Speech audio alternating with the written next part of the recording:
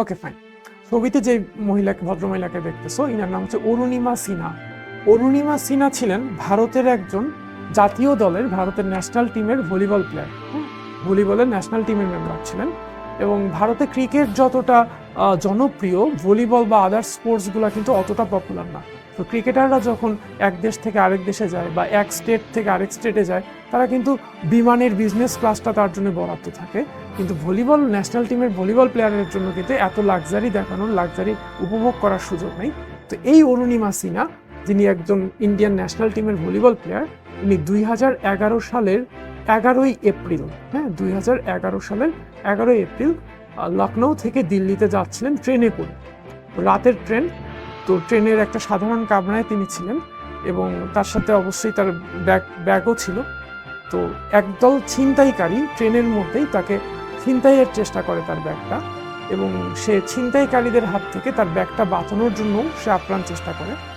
তো ট্রেনের যে কামরায় ঘটনাটা ঘটতেছিল সেই কামরায় কিন্তু আরও অনেক প্যাসেঞ্জার ছিল।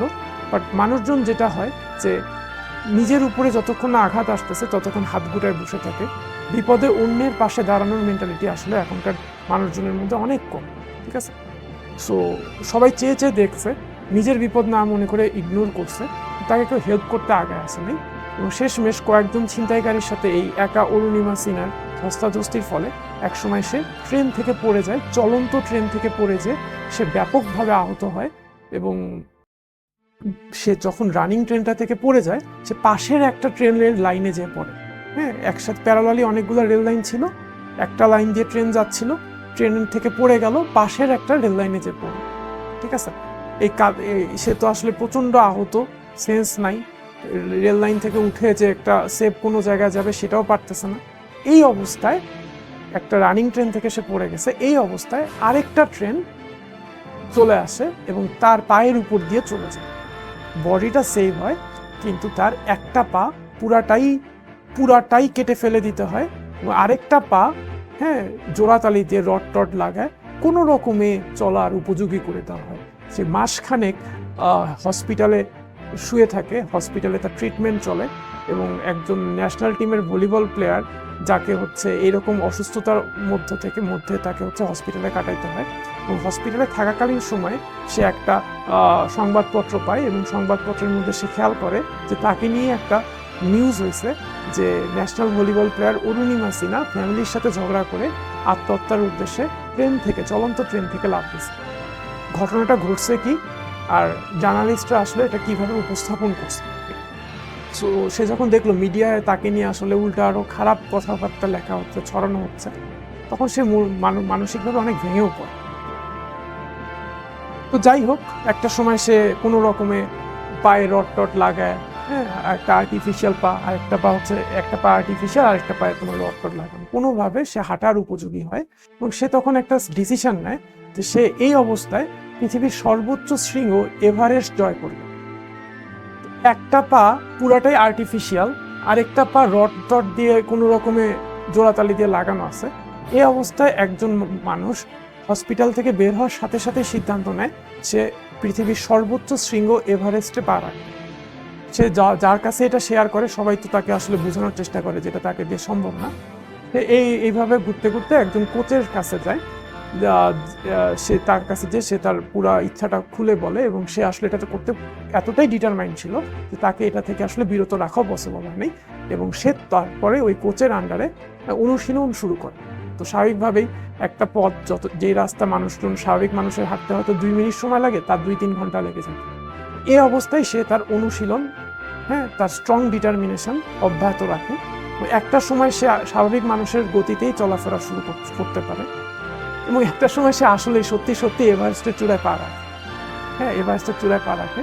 তো এভারেস্টের চূড়ায় যারা আরোহণ করে তাদের সাথে একজন করে শেরপা থাকে। তো কোনো শেরপাই আসলে তার সাথে যাইতে চাচ্ছিল না, কারণ সে একজন অসুস্থ পঙ্গু। তো তার সাথে গেলে তার হ্যাসেলটা তার উপরে বেশি হবে। তো কোনো শেরপাই আসলে তার সাথে যাইতে রাজি হচ্ছিল না। সে অনেক কষ্টে একটা শেরপা ম্যানেজার করছিল এবং তাকে নিয়ে সে শেষমেশ এভারেস্টের চূড়া পর্যন্ত পৌঁছায়। তো পরবর্তীতে সে অনেকগুলা পৃথিবীর অনেক সুউচ্চ পর্বতশৃঙ্গে সে জয় করে। তো গল্পটা এই জন্যই বললাম, এই ঘটনাটা এভারেস্ট জয় করে কবে জানো? তার অ্যাক্সিডেন্টটা ঘটে 2011 সালের 11 এপ্রিল, আর সে এভারেস্টের চূড়ায় পা রাখে 2013 সালের 21 মে। মাত্র 2 বছর 1 মাসের ব্যবধানে সে হচ্ছে এভারেস্টের জয় করে দেখায়। ঠিক আছে, একটা স্বাভাবিক মানুষের জন্যও কিন্তু এভারেস্ট জয় করা অনেক অনেক কঠিন একটা কাজ। যারা প্রফেশনাল পর্বতারোহী, মাউন্টেইনার, তাদের জন্যও কিন্তু এভারেস্টের যে প্রতিকূল আবহাওয়া, বরফের পিচ্ছিল রাস্তা, এখানে কিন্তু প্রচুর মানুষ প্রাণ হারায়। আর সেই একজন ব্যক্তি যার একটা পা আর্টিফিশিয়াল, আরেকটা পা জোড়াতালি দিয়ে কোনো রকমের রড টড দিয়ে লাগানো, সেই ব্যক্তি 2 বছরের ব্যবধানে সে হচ্ছে এভারেস্ট জয় করে দেখে। এই যে এভারেস্টটা জয় করলো, এটার পিছনে কিন্তু স্ট্রং উইল পাওয়ার, মানে কঠিন ইচ্ছা শক্তি না হলে কিন্তু এটা কখনোই পসিবল না। আমাদের লাইফে হয়তো অনেকেরই অনেক টার্গেট থাকে, কিন্তু কঠিন ইচ্ছা শক্তি না থাকার কারণে আসলে সেই টার্গেটটা অ্যাচিভ করা সম্ভব হয় না। তোমরা বলবো যে ভাই ইচ্ছা শক্তি তো আছে, কিন্তু ইচ্ছা শক্তি মানে হচ্ছে যে তোমার শুধু ইচ্ছা আছে তা না। ইচ্ছাটা শক্তি তখনই পায়, তোমার ইচ্ছা শক্তি তখনই পায় যখন তুমি ওই ইচ্ছাটা পূরণ করার পিছনে এফোর্ট দাও, ডিটারমিনেশন নিয়ে, স্ট্রং ডিটারমিনেশন নিয়ে তুমি হচ্ছে এফোর্ট দাও।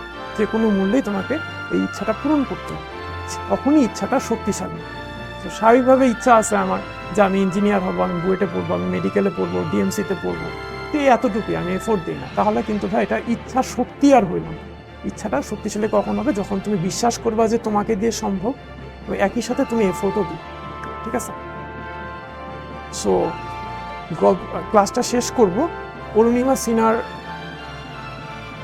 কে কেন্দ্র করে একটা উক্তি দিয়ে, সেটা হচ্ছে যে the peak of Everest is not higher than the will of a determined heart.